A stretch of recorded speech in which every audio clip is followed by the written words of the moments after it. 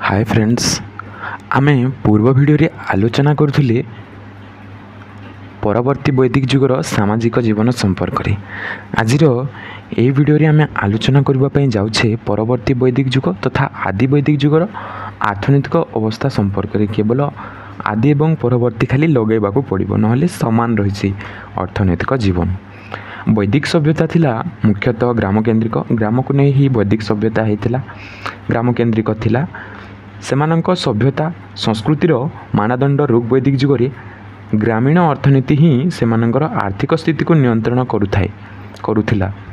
ग्रामीण अर्थनीतिर मूल भित्ति थिला कृषि। सेमाने कृषि रे उपरे तथा पशुपालन उपरे सेमाने निर्भरशील थिले। ता सहित शिल्प वाणिज्य मध्य तांकर अर्थनीतिक उन्नतिर गोटे पाहाच कहले अत्युक्ति हब नाही।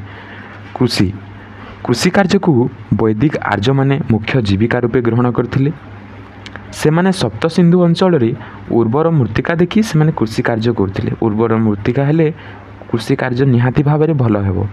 कृषि कार्य रे 6 रु 8 रु 12 रु 24 पर्यंत बलद व्यवहार करा जाउथिला।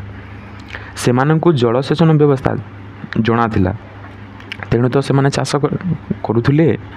आर्य मानंकर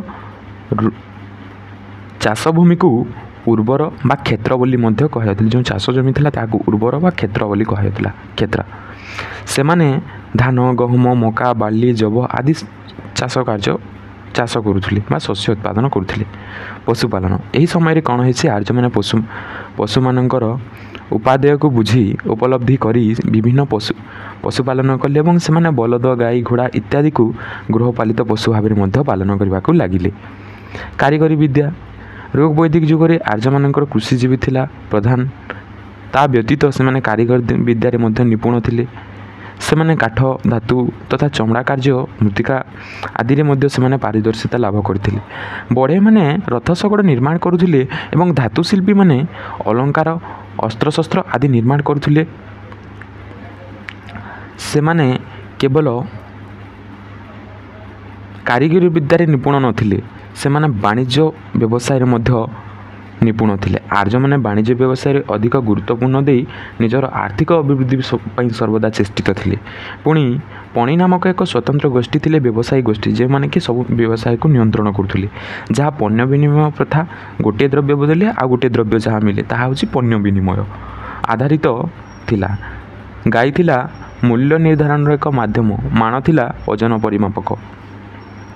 परिवहन व्यवस्था आमे वर्तमान परिवहन व्यवस्था को बुझेउछे, किंतु वैदिक जुगरे मध्य सेपरि व्यवस्था रहिथिला। समृद्ध अर्थनीतिर उत्कृष्ट माध्यम थिला परिवहन व्यवस्था। आर्य माने स्थल भाग रे घोड़ा, बलद द्वारा परिवहन करथिले। आमे वर्तमान जानवाहन साहाय्य करुछे एवं जलपथ रे बोईत, पालटना, जहाजर मध्य व्यवहार को सेमाने मध्य पालटना आमे जहाँ डे टू डे लाइफ रे यूज करुछे ता मध्य सेमाने यूज करुथुले।